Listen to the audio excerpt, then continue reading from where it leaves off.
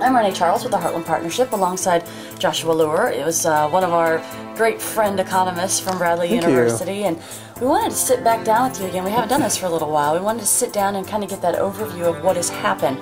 Last time we really sat down and talked about the situation was for the first time in December. So how much has changed since then, and where do we stand right now as far as our economy goes? Sure.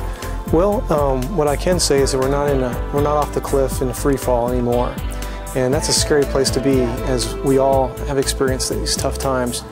What we're starting to see is sort of this bottoming out process that we had expected to see back in December when we first talked. The indicators that we have examined in the past are similar to the recession ending patterns that we started to see, like 91, 80, 81. As we're starting to come back. As we're starting to come back.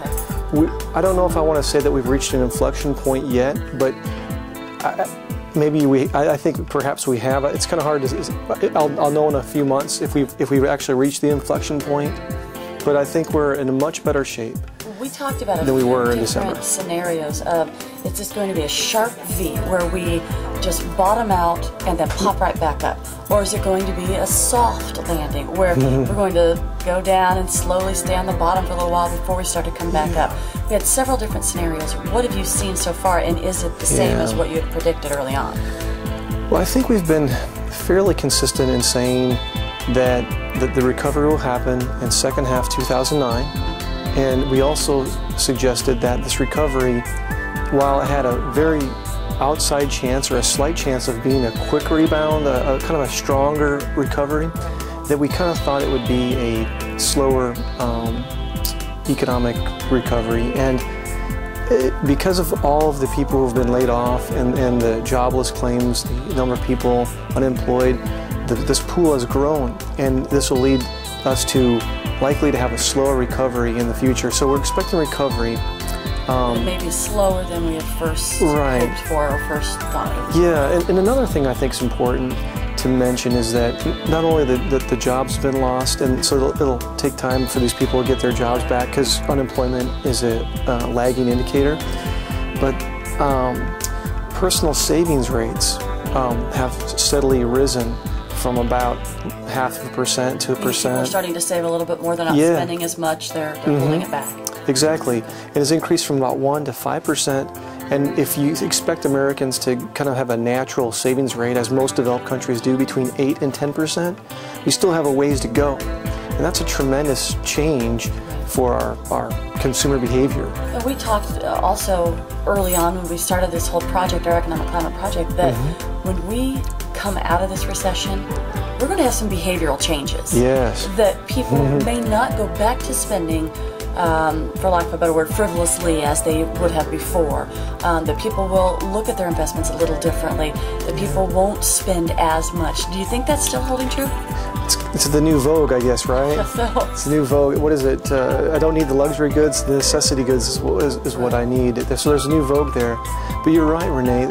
Recessions and expansions are dictated by these psychological influences of the human being and of the human psyche.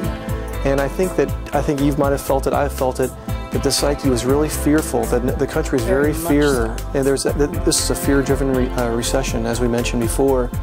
But I think that this fear, in some of our indicators, there's a volatility index, that you can look it up, it's VIX online, VIX index, and that's really shot through the roof after the Lehman Brothers collapse, and now it's back down to almost normal levels. It's like the normal levels are about 25, and it's about like 30 today. So we are seeing all of those fears. The fears are abating. In a recent newsletter, we looked at some of what some industries would need to see right here at home in order to indicate that we are seeing a recovery. And a lot of people said that fear that's in consumers, we need to see that fear easing, and that they are starting to see it slowly, just little signs, little glimmers of it. Well, the fear has abated quite a bit, and so that's good. Let me tell you one more thing that's helpful.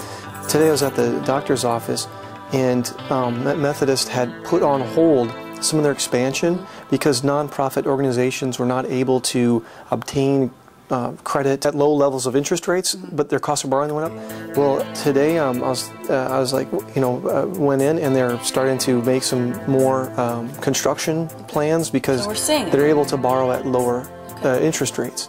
So interest rates spreads have come down. Yield curve is showing recovery. There's a lot of mortgage-backed securities are being bought and sold again. Collateralized debt obligations are actually, they're increasing in value. Our financial systems capitalization rates have improved.